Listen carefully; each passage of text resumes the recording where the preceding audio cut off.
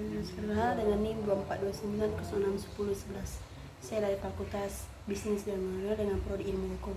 Nah, di sini saya akan menjelaskan tentang budaya hukum dan penegakan hukum. Oke, budaya hukum itu adalah artinya sistem nilai, norma keyakinan, dan perilaku yang berkaitan dengan hukum yang dianut oleh suatu masyarakat. Pentingnya itu membentuk kesadaran hukum, mendorong kepatuhan, dan membangun kepercayaan terhadap sistem hukum. Faktor mempengaruhi dalam sistem budaya hukum itu adalah sistem hukum, pendidikan, agama, kondisi sosioekonomi, media sosial, dan pengalaman masyarakat dengan hukum.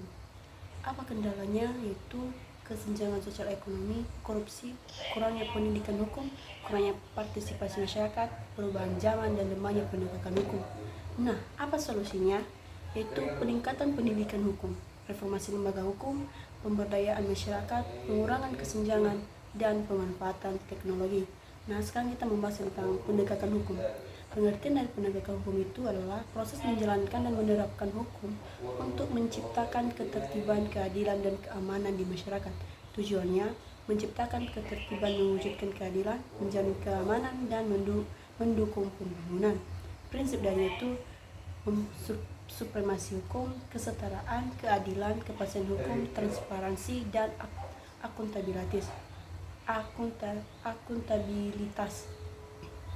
Tantangan dari penegakan hukum itu adalah budaya hukum yang lemah, korupsi, kesenjangan sosial, perkembangan teknologi. Perannya dalam situ adalah menjamin keadilan dan kepastian hukum, mencegah pelanggaran hukum, membangun kepercayaan masyarakat, dan mendukung pembangunan.